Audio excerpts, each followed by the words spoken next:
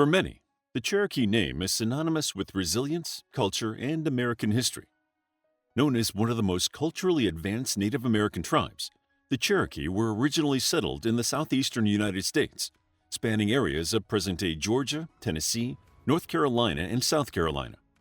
They thrived as a society, cultivating crops, hunting game, and fostering rich traditions in art, language, and social structure. Their story, however, is marked by both triumph and tragedy, and they have created a legacy of resilience through colonization and forced removal from their homeland. Keep watching to journey through the Cherokee's rich history. Early history of the Cherokee people. The Cherokee people are part of the Iroquoian language family, tracing their roots back thousands of years.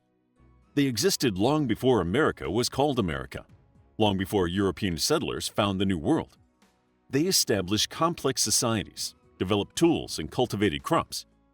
Although many often associate Native Americans with teepees made of animal hide, the Cherokee people built permanent homes. Most families had two homes, one for summer and one for winter. The summer houses were rectangular with wooden pole framework and clay walls.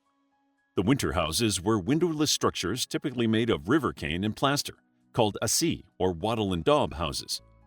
A typical Cherokee town would have between 30 and 60 of these houses and a council house, where general meetings were held and a sacred fire burned. Agriculture was a cornerstone of their lifestyle, with crops like corn, beans, and squash, known as the Three Sisters, forming the backbone of their diet. They also supplemented their food sources with hunting and fishing. The Cherokee had a matrilineal system, meaning that lineage and property were passed down through the mother's line, highlighting the vital role of women in their society. The Cherokee also developed a rich oral tradition, preserving stories, religious ceremonies, myths, and laws passed down through generations. They were also a spiritual people centered on harmony and balance, which was reflected in their rituals and respect for nature. Their belief system emphasized the relationship between humans and the natural world, including animism, a perspective in which humans share the world with the spiritual essences of animals, plants, and natural objects or phenomena. The Cherokee people and other Native Americans in this region believed that animals possess souls and that slain animals could seek vengeance against humanity through the agency of their species chief, a supernatural animal with great power.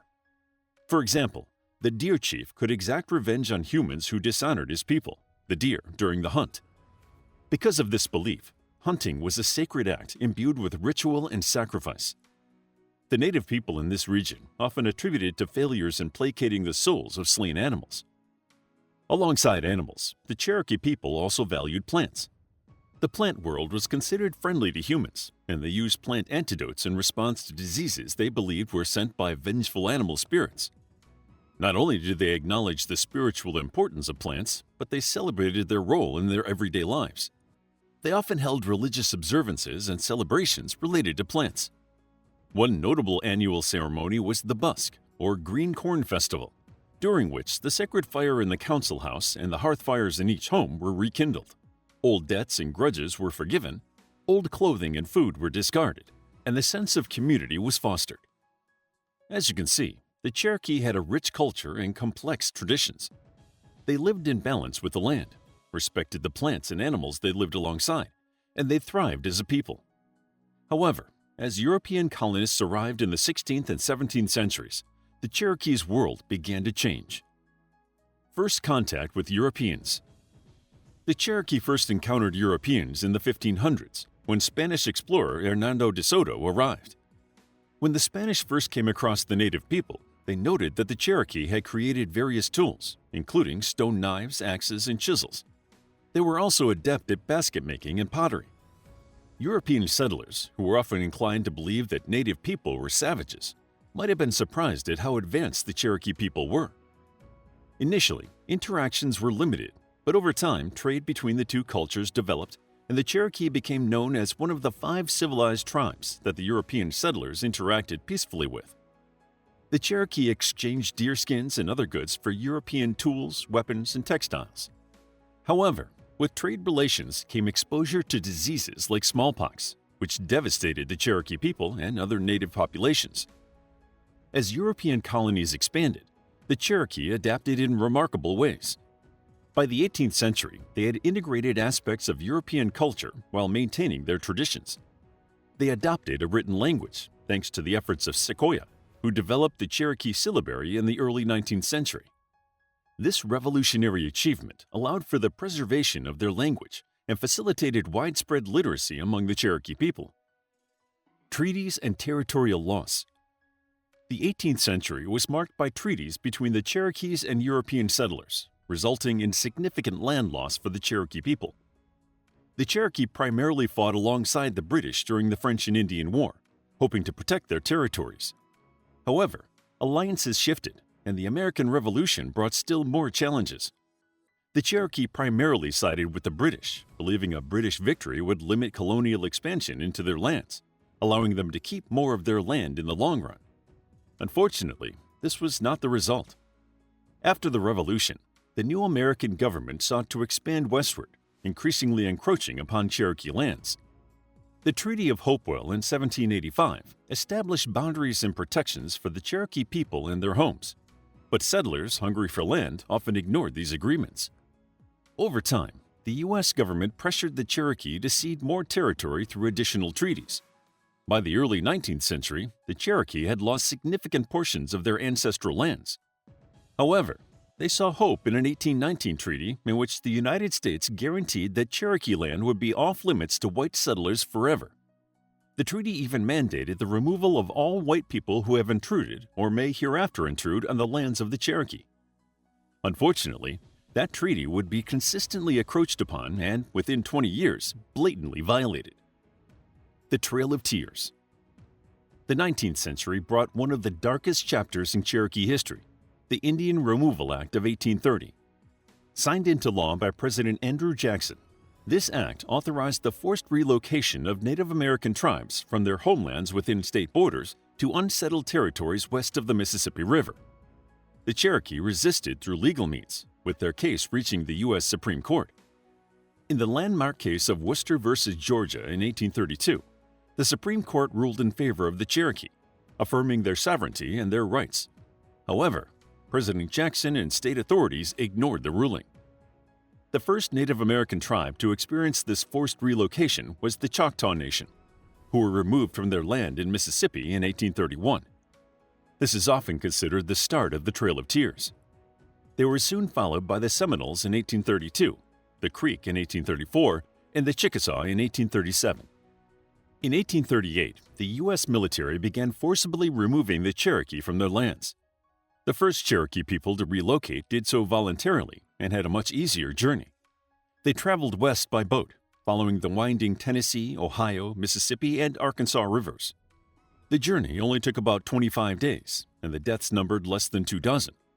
In contrast, the Cherokee people who were evicted from their homes and forced to make the journey faced suffering many times worse.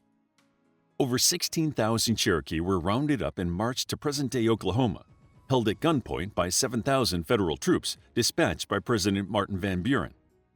The Cherokee were forced to leave most of their possessions behind and were herded like livestock into wooden stockades and internment camps, where they would face inhumane treatment. Children were separated from their parents, and the elderly and sick were prodded with bayonets to hasten them to the stockades. Once in the internment camps, poor sanitation gave rise to deadly diseases such as whooping cough, measles, and dysentery. In June 1838, 3 military-led migrations departed from present-day Chattanooga, Tennessee. Cherokee people, escorted by soldiers, were forced to travel cross-country on a journey that became known as the Trail of Tears. The journey was grueling, with inadequate supplies, harsh weather, and disease claiming the lives of an estimated 4,000 Cherokee people. Stifling summer heat and a record drought made water scarce, and the relocations were postponed until the fall. When they resumed, the Cherokee were allowed to oversee the rest of their exodus. The remaining Cherokee were divided into 13 groups of approximately 1,000 people, each led by a Cherokee conductor. These Cherokee-managed migrations were primarily overland, averaging 10 miles daily across various routes. Some groups took more than 4 months to make the 800-mile journey. Their caravans, sometimes reaching up to 3 miles long, required days to make river crossings. The oldest, youngest, and sickest rode in wagons, but most made the crossing on foot with heavy burdens on their backs. Many had no shoes. Those who did only had moccasins made of deer hide. Despite the unimaginable suffering, the Cherokee endured and began rebuilding their lives in their new territory. Rebuilding in Indian Territory. In Oklahoma, the Cherokee established a new government modeled after the U.S. system, complete with a constitution, judicial system, and bicameral legislature. They rebuilt their communities, schools, and places of worship. The Cherokee Nation thrived, becoming one of the most prosperous Native American tribes in Indian Territory.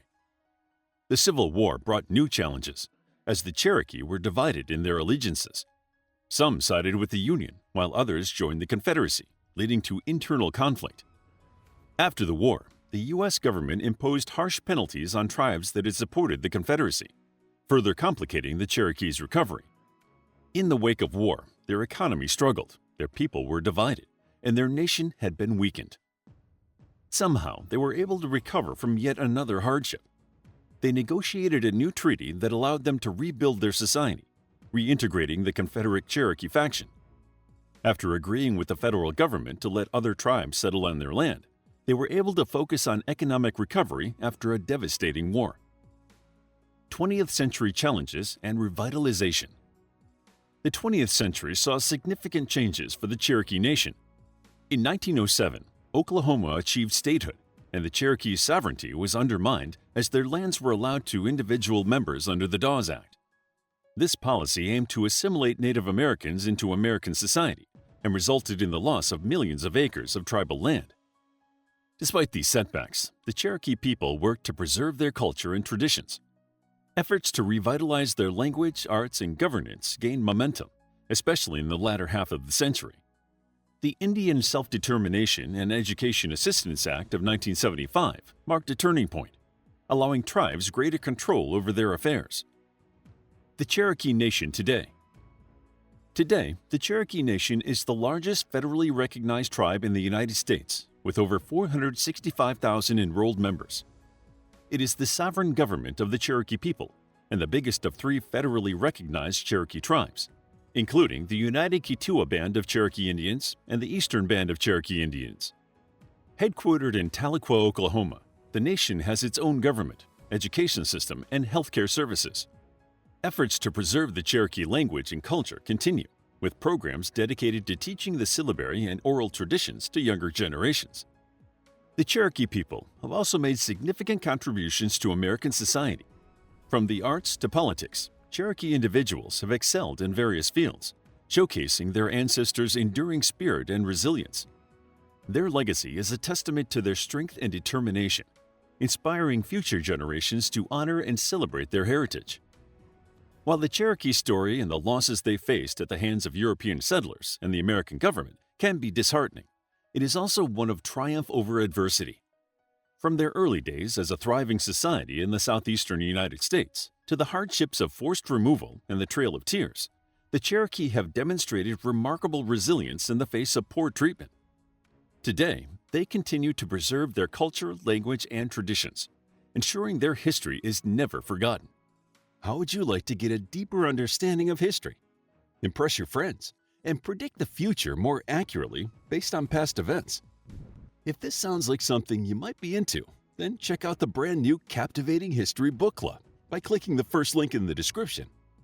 To learn more about the Cherokee people and their history, check out our book, The Cherokees, a captivating guide to the history of a Native American tribe, the Cherokee removal, and the Trail of Tears. It's available as an ebook, paperback, and audiobook. Also, grab your free mythology bundle ebook while it's still available. All links are in the description. If you found the video captivating, please hit the like button and subscribe for more videos like this.